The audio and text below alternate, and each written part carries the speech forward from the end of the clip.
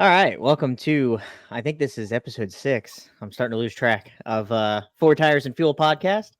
I am your co-host, Steven Sherrick. I am the rear tire changer on the 38 truck with Front Row Motorsports and the rear tire changer on the 29 of Blaine Perkins for Ryan Sieg Racing, and we will get into that later.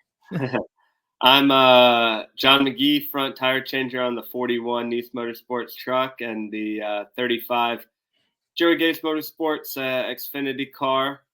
And we're back. We had a week off last week. I was out of town for most of the week last week, so that made lining up our schedules a little bit more difficult for last week. But we're back, and we're going to be having some interesting conversations this week for sure, and looking forward for the next couple of weeks. We'll have some interesting and really cool guests on, hopefully. So but just me and Steven this week, and I don't know, I think we'll still have a good episode.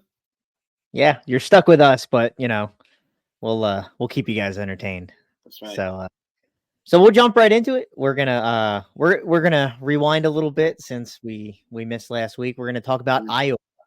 Yeah. Neither one of us have ever been there, so it was both of our first experiences there. And how'd it go for you, John? Yeah, Iowa went well. Actually, we had our best Xfinity finish of the year. I'm not on the most competitive Xfinity car, but we had a good finish. We were 16th, I think. Just outside of the top 15, which we were really gunning for. But our driver, Joey Gase, he's originally from Iowa, so he, put his best equipment into Iowa, got a brand new chassis, had good sponsorship allowing us to put some, really good equipment into the car. And honestly, the setup was pretty good. He was complaining that about the handling, in the first couple of stages. We did a small adjustment in the track bar, and that was really it.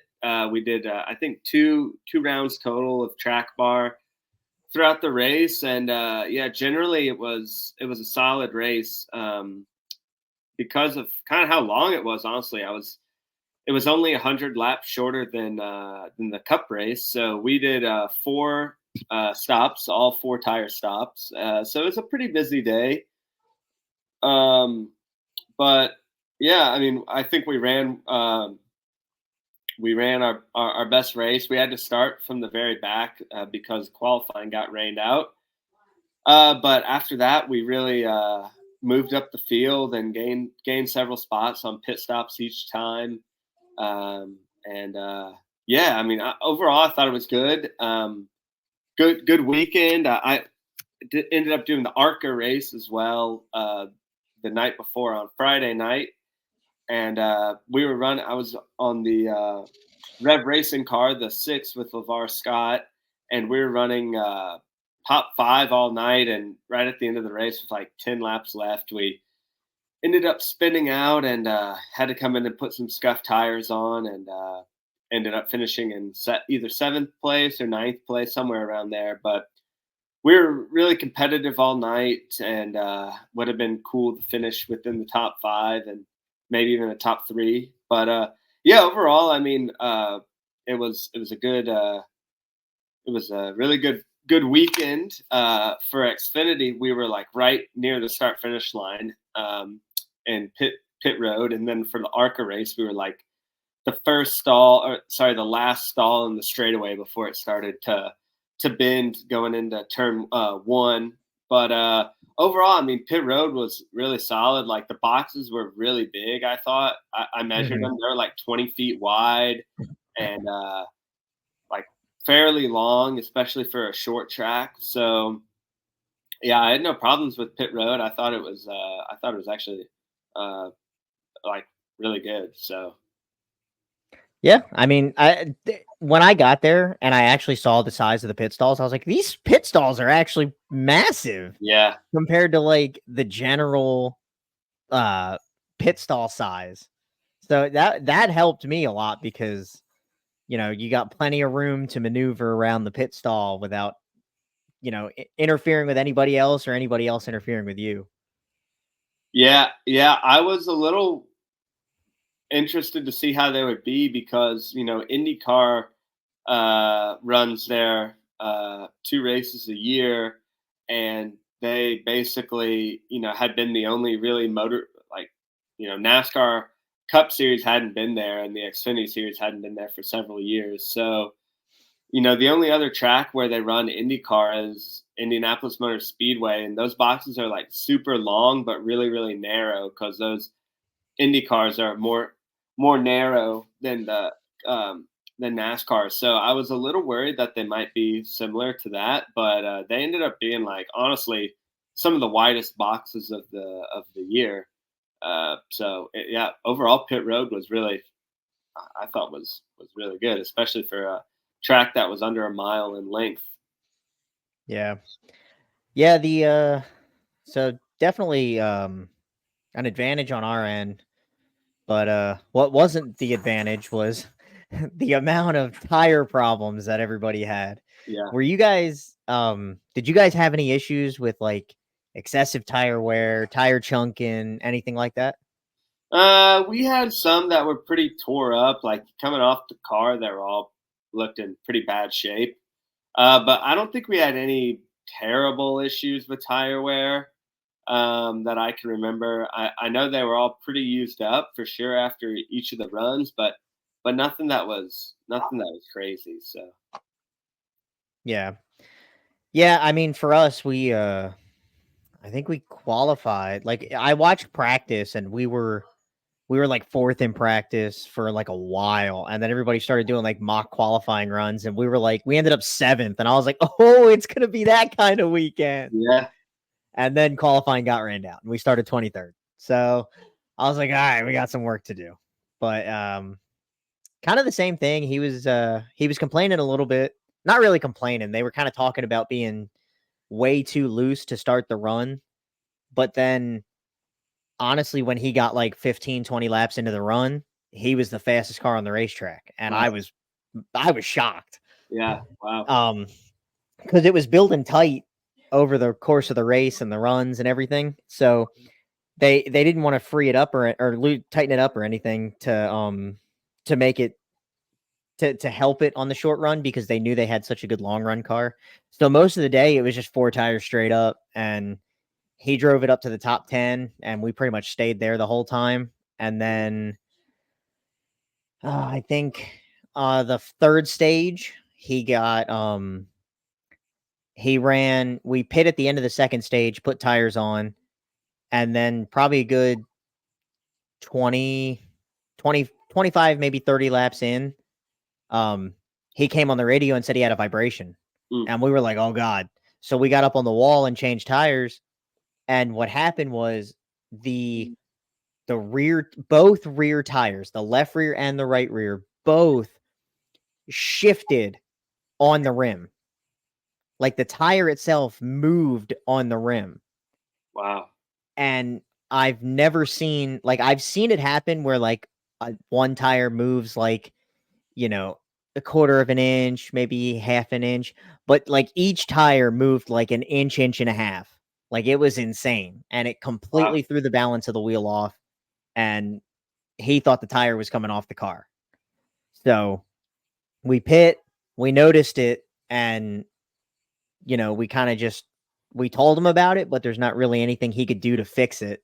uh-huh, So he kind of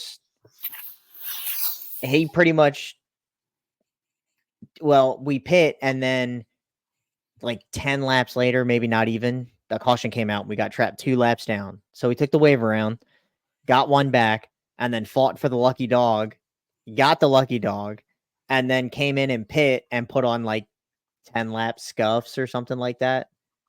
uh-huh, And he was like, all right, you got 25 lap fresher tires than everybody else. And he went from, I think it was like 17th to 7th on the green and white checkered. So wow, we ended up with a 7th place finish. wow, So that was yeah. pretty awesome. Yeah, that's crazy. Was that like a mounting issue that Goodyear had, or what was that? I don't know. I didn't talk to them about it at Nashville because I forgot.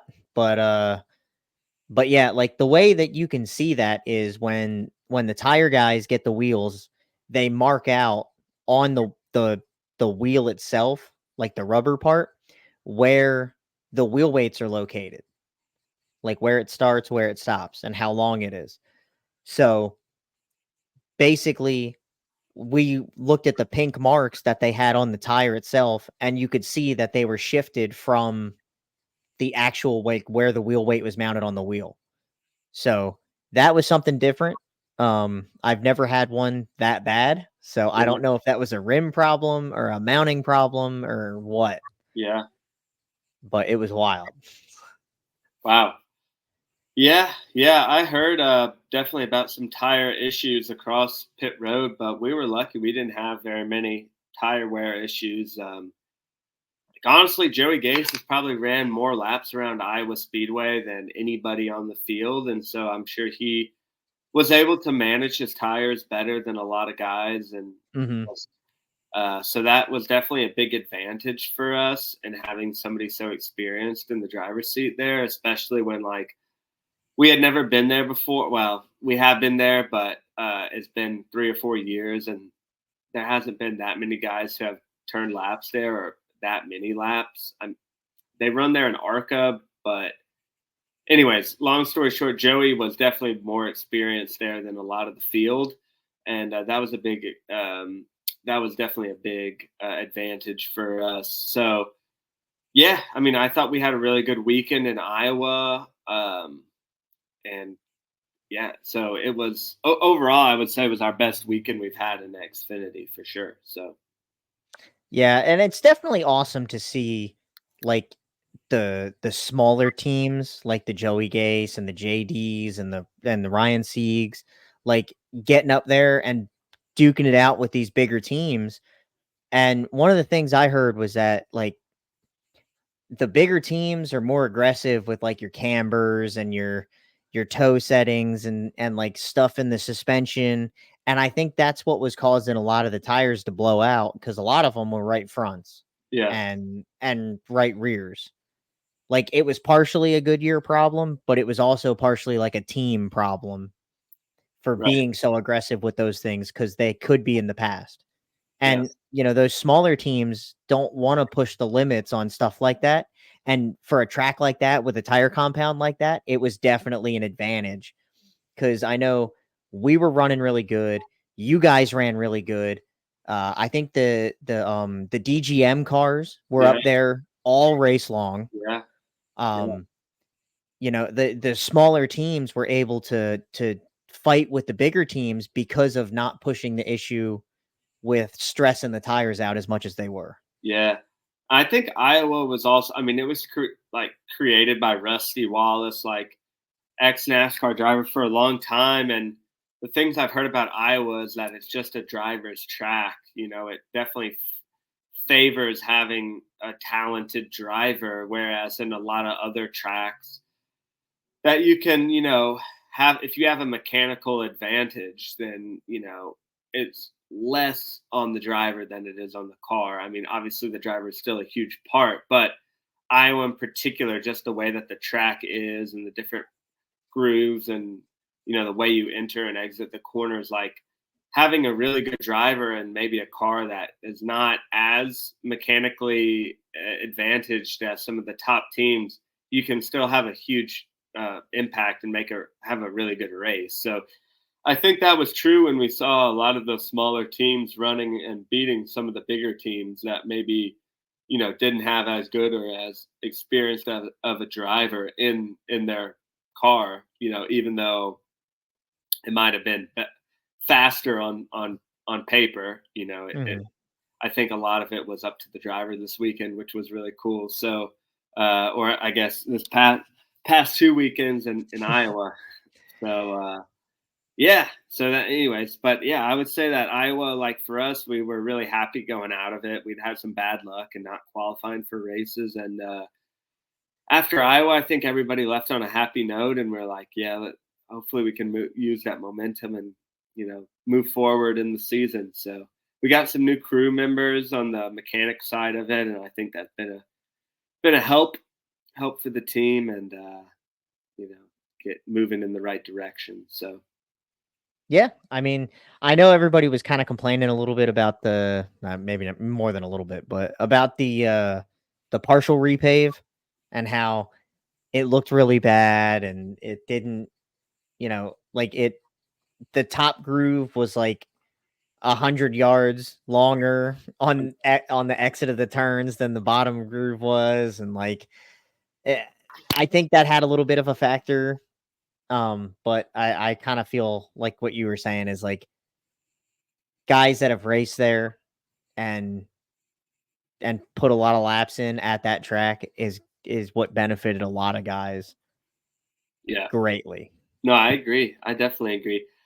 I mean, it was kind of the same way with Chicago last year. Like everybody was on a fresh slate, like yeah, you could have a better car in theory. You could have a better engine. You could have better aerodynamics, but like all the drivers were on a fresh slate. The teams really didn't have any data on anything. So I think it's cool to be going to these tracks, that are brand new. Like same thing at North Wilkesboro. It's like, who knows what's going to happen,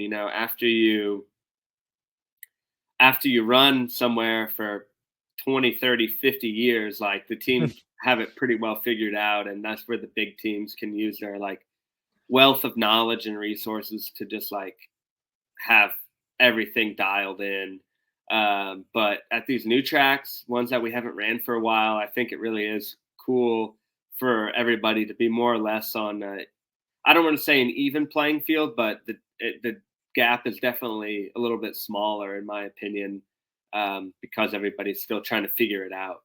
Um, at least for the first couple of years, and then the big teams always end up pulling away. It feels like, but Yeah, I mean that's that. It's kind of refreshing sometimes when you go to a place like that, like Chicago Street Course or Iowa, that you haven't gone to in a long time. Like it is like a fresh slate where nobody knows what to expect, but you still have to try to set the car up to the best of your knowledge. So it's like you try to just do the best you can and run the best you can, but sometimes it just yeah, comes down to driver ability when for it comes sure. to things like that. Yeah, and I like those tracks where it's driver. Darlington is comes to mind for sure.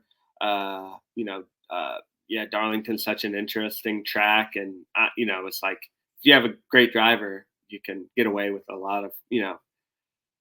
Of course, the cars would be good, and if you have a last place car, and you're obviously can't expect to win, but even if you do have the best driver, but like I like the tracks where the driver makes the difference, and Yeah. that's cool. So, well, moving forward here from Iowa, we kind of we'll have a couple different stories to tell from last weekend. I was up in Watkins Glen, racing in the IMSA series for the Lamborghini Super Trofeos. That's the second time this year I've done that. Third IMSA race of the season for me, but second with the Lamborghini Super Trofeos. And Steven was up in Loudon, New Hampshire, doing the Xfinity race up there. So yeah, how Steven, we'll get started on New Hampshire for you. How how did things end up going this weekend? They started on the wets, so Yeah. they they were talking on the radio. Well, okay, let me roll it back. It was raining. It wasn't even raining. We got there at the track and it looked like it rained. It actually started where the the modified race was supposed to be at after the Xfinity race, and they moved it up because of the chance of rain Uh-huh. before the Xfinity race. So they ran it at 10 a.m. and then afterwards, it was like it was like real hazy, foggy, but it was like or muggy. It wasn't even foggy. It was just muggy, and there was still a chance of rain. So they were postponing everything with the potential of rain. And then it kind of rained a little bit and then it stopped And then they dried the track, and then they were like, okay, Cup is going to have a half-hour practice session, an hour before the Xfinity race. Wow. And none of the teams could set their boxes up on pit road. So everybody was like scrambling to try and do everything. Yeah. And then they only ended up running like, I think like 17 minutes of this practice session. And then it rained. It was raining too hard for them to be out there. So they canceled the rest of practice. And then teams had whatever time was left between the 17-minute practice session and 3 o'clock to get everything set up, ready to go. We're racing. Damn. So it was a scramble. I think we had like 45 minutes to set up the box, get the guns, make sure we had all our tires down in the pit stall, and be ready to race. Wow. Awful situation. So they rushed everything, got the race started, and then they went out, did one pace lap, brought the cars back down, and said, we're going to start the race on wet tires. So we switched to wet tires, and they were talking on the radio, Matt and Kevin, about, we think the car is going to get tight because that's what happened in the truck race last year at Martinsville. So they kind of didn't know what they wanted to do. And so they tightened it up a little bit, but loosened it up a little bit, but it got really tight to the point where we were 10th to start the race, and we fell all the way to last. Really? And we're 2 seconds in front of getting lapped before in 10 laps. There was 10 laps, and then a competition caution came out. And in 9 laps, we went to last, 2 seconds ahead of Cole Custer, who was leading. Wow. So we came down, put the slicks back on, and sent the cars back out there on slicks. And then we quickly moved back up through the field to right around 15th to 20th, like the whole race. We were kind of flirting with the top 10 a little bit, but we had probably about a 15th to 20th place car. And, we did our pit stops. We put a Packer in the right front on the second pit stop. We were going up and down with the rounds. I think at one point we did 4 rounds of something and went through the whole race. And then our last pit stop was the green flag one in the middle of stage 3. And we shipped it all the way to the end, had a whole bunch of late race cautions, and walked away with a 17th place finish. So everybody was happy. And then when I got on the plane, I got the notification that we were disqualified. So per the NASCAR rulebook, 1 lug nut not touching the back of the wheel is a $5,000 fine for the crew chief and the team. 2 lug nuts not touching the back of the wheel is a suspension for the crew chief. And 3 lug nuts not touching the rim is a disqualification. I had 4, and it was my tire, and it was not fun. I don't know how I had 4. I watched the film. I shouldn't have had 4 lug nuts loose. But from what I heard was the right rear had 4 lug nuts missing. Not missing. They were on there, just not touching the back of the rim. So it was a disqualification. I don't know. It's tough when you're put in this little box where you have guns supplied by a third-party company. You're getting tires in the middle of the race. Like, all that stuff plays a factor. I have to go out there and do my job. I have to make sure the wheel's tight. In the end, it falls on me. And I apologize to the team. And I screwed up. And they've taken us off the 38 and moved us over to the 29 for Blaine Perkins. And so starting this weekend at Nashville, I'll be on the 29. And hopefully they can bounce back from the 38 guys can bounce back from that and knock out a good finish at Nashville. But that's how my weekend went. Yeah. How did you do at Watkins Glen? Yeah, man. I mean, things were, an IMSA weekend is really different than NASCAR. So for IMSA, first of all, I'll say for NASCAR, for us pit crew guys, like if you're flying on a chartered plane and it's just a single race, let's say either a truck or Xfinity race, you're flying the morning of the race. You're getting there about 4 hours before. You're getting to the track about 4 hours, 3 to 4 hours before the race. You're doing the race, and then as soon as it's over, you're getting on the same plane and flying back home. And so there's a lot more race weekends, but the time that you actually spend at the track for pit crew guys is like a way less time. Where in IMSA, like last year, Stephen, we did a few races and we had a really lucky situation where we were with a team where they had everything already set up and it was ready to roll. And we just flew in the day after our NASCAR race on Sunday, and we, just pitted the race. But that was a rare situation for IMSA. And so we ended up being at the track. It was a Saturday race. We ended up being at the track, getting there. My flight out of Charlotte was at 6 a.m. on Wednesday morning. So I got to the track. We flew into Syracuse, New York around 11, got to the track at like 2, and then worked all day setting things up. And in NASCAR, you just have like a pit box and a few things that you need to set up. Most teams, it takes like less than an hour. But for IMSA, we had 3 full tiled floors that we had to put down. We had 3 huge canopies. We had all of this infrastructure and stuff, and it took probably 5 to 6 hours to set up. And so we set all that up. Stephen, if you remember the last race at Road America that we did last year, it was like the same tile floor, the same canopy. We only had 2 of those for our team, or maybe even 1, but here we had 3 of them, so it was crazy. So we did that on Wednesday. We got to the track at 2. We probably left around 10. Go back to the hotel, catch some sleep. Back up in the morning at up to the track at 7. So I was a tire guy there, so I had to deal with making sure all the tires were mounted, labeled correctly, filled up to the right tire pressures with nitrogen. Get them sorted out, get them to the teams. So we had 7 cars. So we had 5 in the Lamborghini Super Trofeo and then 2 in the Ford Mustang Challenge. And there were 2 different tire manufacturers. Mustangs were with Michelin.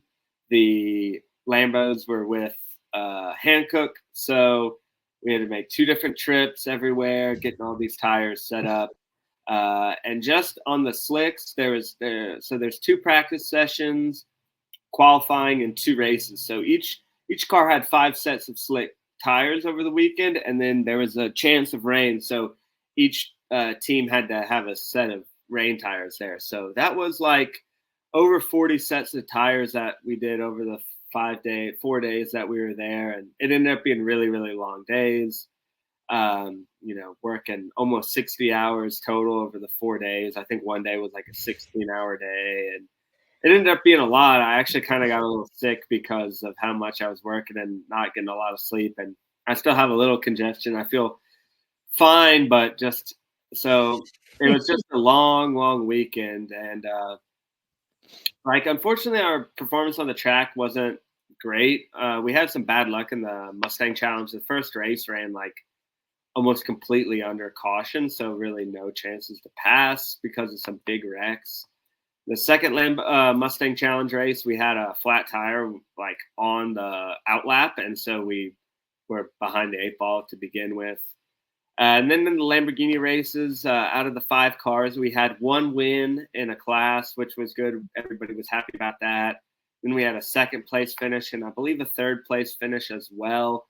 And so in IMSA, there's multiple classes, types of multi-class cars that run at the same time. So there's hypercars, which are GTP cars, and there's GTD cars and LMP2s. They all run together in the WeatherTech series. But in Lamborghini Super Trofeo, they're all the same cars, but just different classes of drivers. So there's a pro, Pro-Am, Amateur, and LB Cup.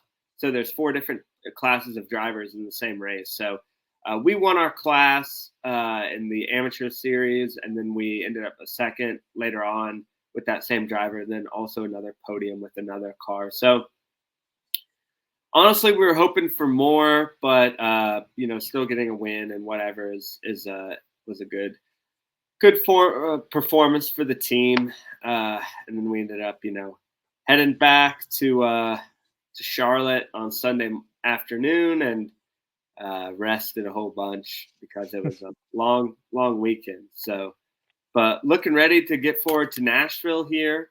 We'll both be doing the truck and Xfinity race. The truck race is tomorrow over in Nashville.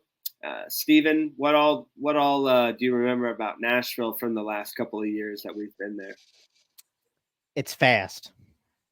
It's it's like a mile and a half ish, and it's pretty fast track. The groove doesn't widen out too much.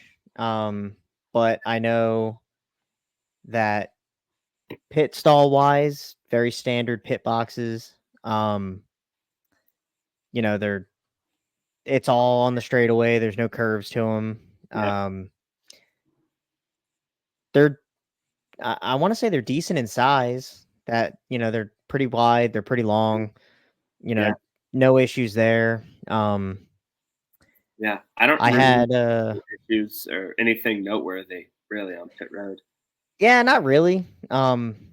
There's always we always talk about like nothing, like everything's standard on pit road, but there's always that chance. There's no wall separating the track Right. from pit road like there is at like a Dover or I think Short Iowa had that Yeah. where they had the wall. There's none of that. So like there's always the chance that a car could spin out and come down pit road. Yeah. Which is very dangerous. But we know that chance, but it doesn't really happen that often. Yeah. So that there is that, but this one's not really that bad of a pit road to pit on. I don't mind it. No. The only thing that really is going to concern me this week is the truck race should be fine because it's a night race, but for the following afternoon in the Xfinity race, it's supposed to be like a high of 95. So I'm concerned about the temperature and just being hydrated and ready to go and everything like that, especially when you're wearing a full layer of fireproof clothing under and then a full fire suit and a helmet and a head sock. Like it gets really, really hot. I mean, 95 is hot regardless of what you're wearing, but when you put all that stuff on extra, it really does get hot. I feel like Nashville is always hot. It's been hot the last 2 years we've went there. But the thing about it is that all these races coming up here in the next 2 months are going to be really, really hot. So we're starting to get to that point in the season where, the weather plays a real big factor, and you'll start to see people suffer from the effects of it, and it can be really dangerous for sure. I've known of few guys who had to go into the infield care center because of dehydration or heat stroke or not and honestly with some people you can prepare as best as you can and it'll still catch you out. So I'm hoping with it being a night race tomorrow, I think that'll help.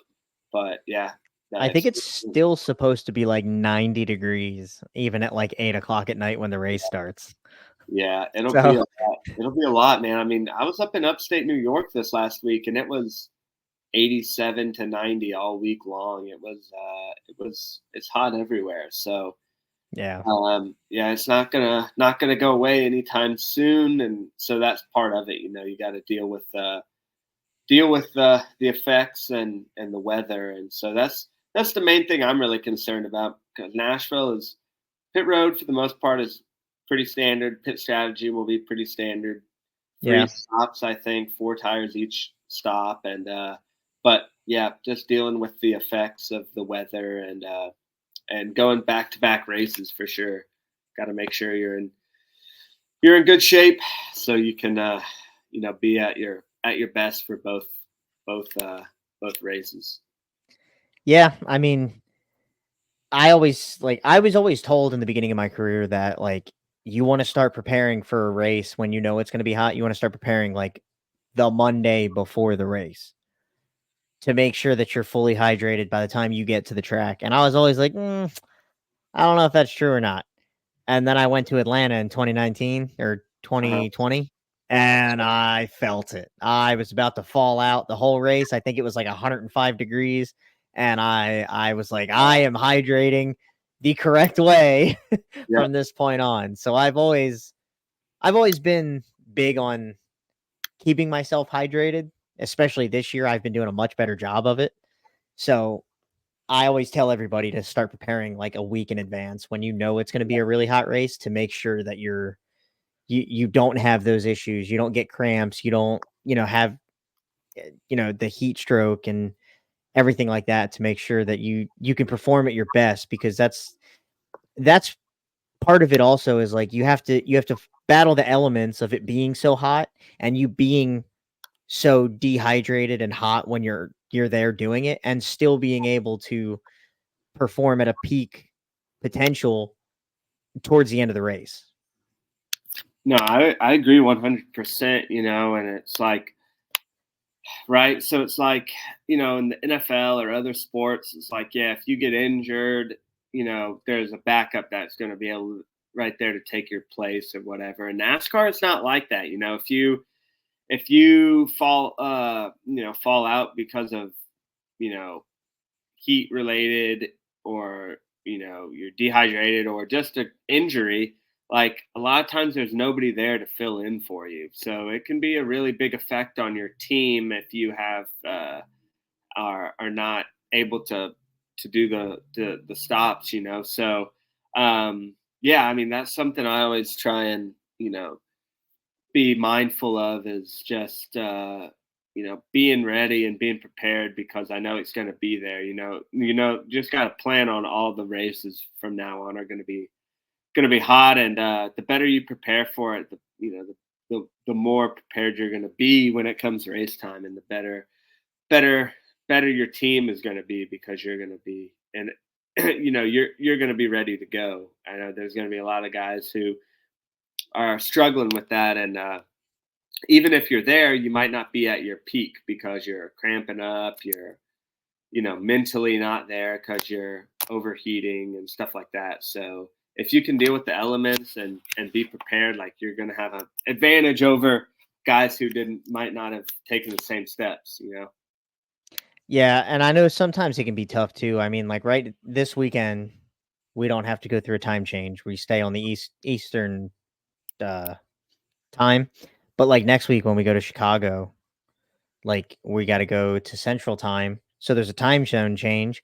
Plus, we got to battle whatever elements we have. I mean, last year it rained like hell, but hopefully it doesn't do that this year. And so like, if it's going to be hot there, you need to be able to deal with your body going with time change along with being hydrated and being able to perform. Like it does take a lot of toll on your body for doing what we do, and you just need to put yourself in the best situation and prepare the best that you can to be able to, do this at the best of your ability. Exactly. Yeah.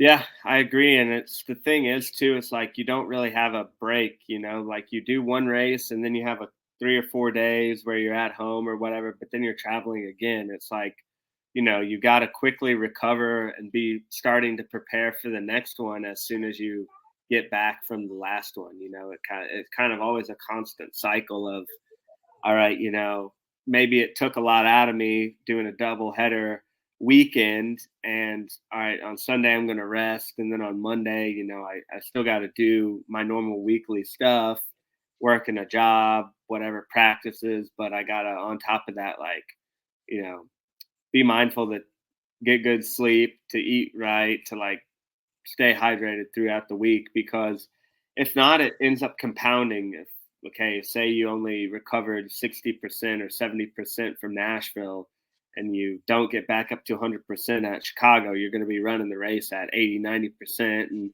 And that's how injuries happen. That's how dehydration and stuff happens. And, before long, you're going to be in a really bad spot when the races start, piling up one on top of the other. So, Yeah, and that's the thing too, is like we talk about, like, this week we're at Nashville and it's supposed to be 95, 100 degrees out while we're doing this. Then we got to go to Chicago, and I remember from Chicago last year, I think in total we walked just before the race even started. We had to walk like 6 miles yeah, from it going was back hot. and forth between the haulers and pit road, because that's how far away everything was. Granted, it wasn't hot last year because of all the rain, but then you throw in it not raining and still being hot. Like, now you got to do all of that before the race even starts. So Yeah. you're dehydrated before the race even gets going. Yeah, for sure. Definitely. And Chicago was really hot until it rained. Like, it was definitely, even you think about going up, like the Midwest is super humid this time of year and super hot. We're going to go up to Indy and Michigan and Chicago, and I guarantee you, if you think it's not going to be hot, you're going to be sorely mistaken. It's everywhere in the next 2 months is going to be really bad. So, yeah, just preparing for it, and that's really what I'm looking for Nashville, is just being on top of my game and hopefully having an advantage over the people who don't, and being able to do good pit stops because of that. So, Yeah, that's really what I just it's one of those things where you just kind of have to focus on where you're at and just take care of yourself, so that way you know that you're going to perform right. and not really worry about everybody else and what you think they're going to do. Yeah, no doubt about it.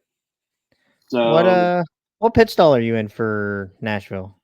let me check. I saw it the other day, actually.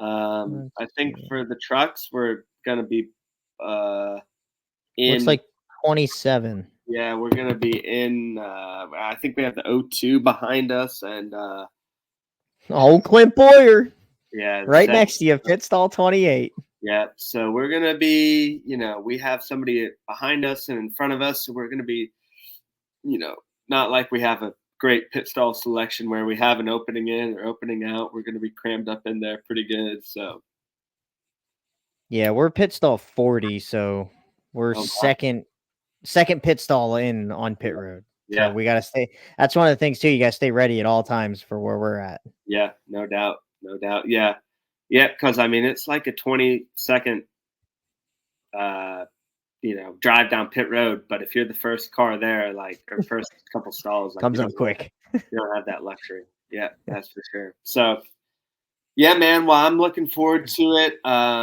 Also looking forward for the next couple of weeks, guys. I think we're going to have some really interesting guests. Yeah. Some people that we're going to learn just as much as you guys are about some stuff. So stay tuned for that. I think they're going to be really interesting episodes. And yeah, I don't know, Steven. What do you have to? What do you think coming up here? I mean, I'm excited for the people that we have coming on. We have people coming from not just NASCAR, but other motorsports as well. Yep. So you're going to want to tune in for those to see, to just listen to the differences between our Right. style and their style, and what we go through and what they go through. Yep. And just, just enjoying the show and enjoying learning about what we go through on a weekly basis. I Yeah. mean, that's pretty Yeah. much it. And they've had some success over the last couple of weeks for sure. So we'll have to ask them about how all that went. Yeah, we're really excited for it. So tune in the next week. We'll get back to our normal schedule of uploading once a week on Thursdays or Fridays. So stay tuned. We're gonna have some really interesting shows for you. We're gonna cover Chicago Speedway, Chicago Street Course coming up next week, as well as some other stuff too. So so I know me and Steven are both really excited for it, and hope you guys are too. So looking forward to it. And like I said, if you have any questions, we'd love to answer them. So feel free to comment under the videos and or reach out to us. And we'd love to answer whatever questions you guys have during the show. Yeah, I want to just thank everybody for the patience of us not recording last week and us recording this week and trying to fill 3 races worth of information and technically 4 with Johnny going to Watkins Glen. Yeah. 4 races worth of information into one episode. I know it's a lot, and but we appreciate it, and hopefully you guys stick with us and are here for the long haul. That's right, because we're here. We'll be here. Yeah. All right, Steven. Well, looking forward to seeing you tomorrow, man, and we'll talk again soon. We'll be together on the podcast here next week. All right, man. I will see you tomorrow, and to all you guys out there, till next time, you guys be good.